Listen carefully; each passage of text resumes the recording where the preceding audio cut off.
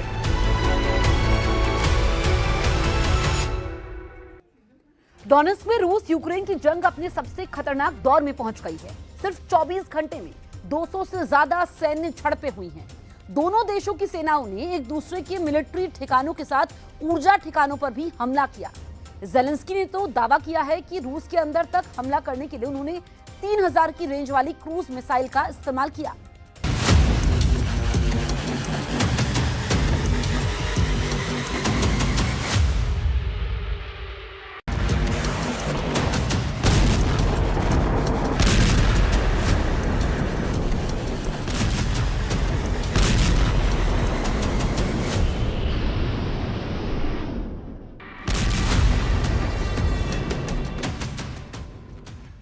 Ukraine की धरती पर एक ऐसा मोर्चा खुल चुका है जहां हर घंटे बारूद बरस रहा है।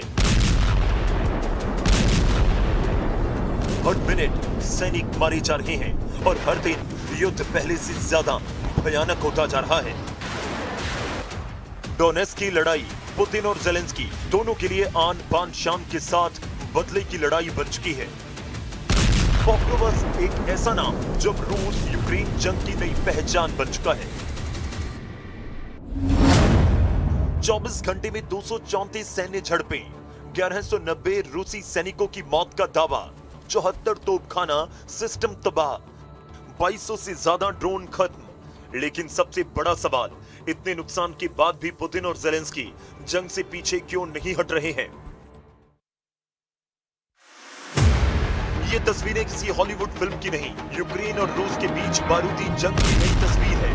रूस और यूक्रेन ने एक दूसरे के हथियार गोदाम, ऊर्जा ठिकाने और मिलिट्री टारगेट पर ताबड़तोड़ हमले किए। डोनेट्स्क के पॉक्रोवस्क में रूस और यूक्रेन की सेनाएं एक दूसरे को मिटाने की जंग लड़ रही हैं। रूसी रक्षा मंत्रालय की रिपोर्ट के मुताबिक 24 घंटे में रूस की सेना ने यूक्रेनी सेना के गोला बारूद और ईंधन डिपो के साथ साथ ट्रांसपोर्ट और एनर्जी इंफ्रास्ट्रक्चर पर हमले किए। रूस की सेना ने 142 इलाकों में यूक्रेन की सैन्य टुकड़ियों पर हमले किए, जिसका जवाब यूक्रेन ने अमेरिका में बने हाइमार्स रॉकेट सिस्टम से दिया और दावा कि यूक्रेन ने रूस के 500 से ज्यादा ड्रोन हमलों को नाकाम कर दिया। Уявимо собі, що завтра ми сказали припинення вогню. Що буде робити Росія, ми прекрасно розуміємо. Якщо не буде у нас гарантерів, моніторингу, припинення вогню, Росія буде користуватись тим, що кілзона вже не кілзона, бо є припинення вогню і підійдуть на 20 кілометрів. На деяких частинах України це великий ризик. जिस वक्त रूस का हमला ऑन था, उसी वक्त रूस की सेना के जनरल स्टाफ ने भी रूस को बड़े नुकसान का दावा किया। रिपोर्ट के मुताबिक यूक्रेन की सेना ने रूस की सेना के कई सैन्य ठिकानों पर हमले किए। यूक्रेन की सेना के निशाने पर रूस के गोला बारूद डिपो, कई कमांड पोस्ट और एक लॉजिस्टिक हब थे। इसके साथ ही यूक्रेन ने दावा किया कि उसके सैनिकों ने रूस के 8 ईंधन स्टोरेज टैंक और एक ईंधन ट्रांसशिपमेंट बेस को निशाना बनाया। ज़ेलेंस्की ने दावा किया कि रूस के अंदर तक हमला करने के लिए यूक्रेन ने FP5 फ्लेमिंगो मिसाइलों का इस्तेमाल किया। फ्लेमिंगो से यूक्रेन ने रूस के चेबोक्सारी में एक मिलिट्री प्लांट को निशाना बनाया। इसके साथ ही कोई विशेव ऑयल रिफाइनरी पर भी हमले किए। इस हमले के बाद रूस के अंदर धुएं का गुबार छा गया। ज़ेलेंस्की की माने तो यूक्रेन ने फ्रंट लाइन से 900 किलोमीटर अंदर तक हमला किया। FP5 फ्लेमिंगो यूक्रेन का विकसित किया हुआ स्वदेशी क्रूज मिसाइल है, जो 3000 किलोमीटर दूर अपने टारगेट को तबाह कर सकता है।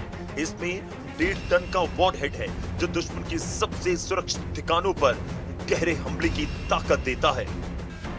यूक्रेन के जनरल स्टाफ का दावा है कि पिछले 24 घंटों में रिकॉर्ड 234 सैन्य टकराव हुए। सबसे ज्यादा हमला पॉक्रोवस्क सेक्टर में हुआ, जहां रूस की सेना लगातार आगे बढ़ने की कोशिश कर रही है, लेकिन यूक्रेन की सेना दीवार बनकर खड़ी रही। यूक्रेन का दावा रूस के सैनिकों को लेकर सबसे बड़ा है।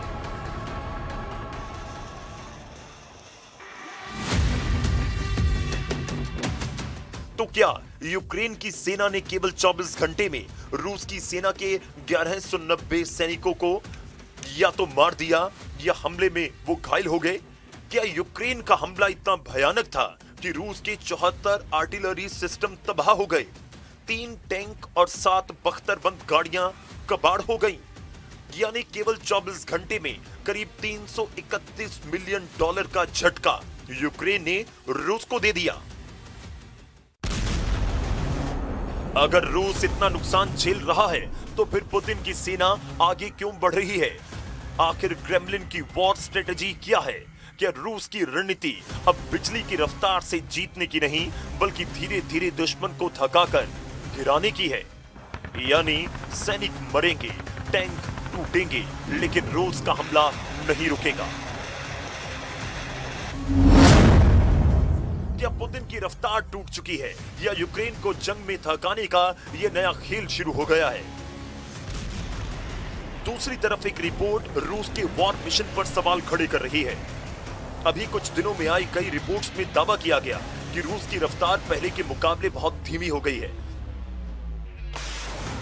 कुछ इलाकों में यूक्रेन ने रूस की सेना के कब्जे से जमीन वापस लेने का दावा किया, लेकिन डोनेट्स्क के पोक्रोवस्क में अभी भी रूसी सेना का दबदबा बना हुआ है। तो सवाल सिर्फ यह है कि अब जंग जीत कौन रहा है?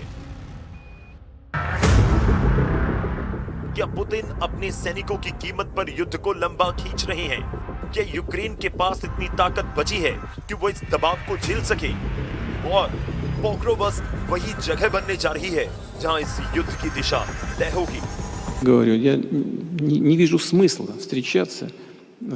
Смысл только для украинской стороны остановить наступление наших вооруженных сил. Вот и все. А нам нужны договоренности не на полгода, не на 3 месяца, а на длительную историческую перспективу. स्टालिनग्राड की तरह पोक्रोवस्क में हर इमारत एक किला है, हर सड़क मौत का मैदान है और हर दिन इतिहास लिखा जा रहा है। अगर पोक्रोवस्क गिरा तो डॉनबास की लड़ाई का नक्शा बदल सकता है, और अगर रूस की सेना इस इलाके में रुक गई तो पुतिन की सबसे बड़ी सैन्य रणनीति पर सवाल खड़े हो जाएंगे। 2022 में जब जंग शुरू हुई तो रूस ने यूक्रेन के 20% इलाकों पर कब्जा कर लिया। 2025 में रूस ने 4,700 से 6,000 वर्ग किलोमीटर इलाके पर अपना अधिकार जमाया, लेकिन 2026 में रूस की सेना की रफ्तार धीमी हो गई और अब केवल 12 से 20% यूक्रेनी इलाके ही रूस के कब्जे में हैं। इस साल अप्रैल और मई में यूक्रेन ने रूस से अपनी ज्यादातर जमीन वापस छीन ली। दावा है कि यूक्रेन की सेना ने रूस को करीब 300 वर्ग किलोमीटर पीछे धकेल दिया, खासकर जापोरिजिया वाले इलाके में। अब ज़ेलेंस्की जंग के अगले फेज के लिए यूरोप के देशों का दौरा कर रहे हैं और उनसे मदद मांगने में जुटे हैं। Has to be during any kind of negotiations. Europe can't just mediate, to my mind, because Europe stands on our side. Today I shared it with our partners. It's very, dangerous just to mediate because, for example, if EU mediate, it means that they will think about how to put sanctions or not, because they are mediators. They have to be in the middle. That's why I share my position that there is no, let's be fair, open and very clear to each of us and also to Russians. They have to know there is no just mediators. Zelensky जंग रोकना चाहते हैं, लेकिन अपनी शर्तों पर। और यही वजह है कि वो रूस की सेना को अब और आगे बढ़ना नहीं देना चाहते। तो दूसरी तरफ पुतिन अपनी शर्तों पर सीज फायर चाहते हैं, और यही वजह है कि उन्होंने ज़ेलेंस्की की बातचीत तक के प्रस्ताव को ठुकरा दिया। क्या जंग का तीसरा चरण शुरू होने वाला है? क्या रूस और यूक्रेन अब लंबी लड़ाई की तैयारी में है? लेकिन अब सवाल केवल पोक्रोवस्क का नहीं है। सवाल है कि क्या रूस और यूक्रेन दोनों ने लंबी जंग के लिए खुद को तैयार कर लिया है।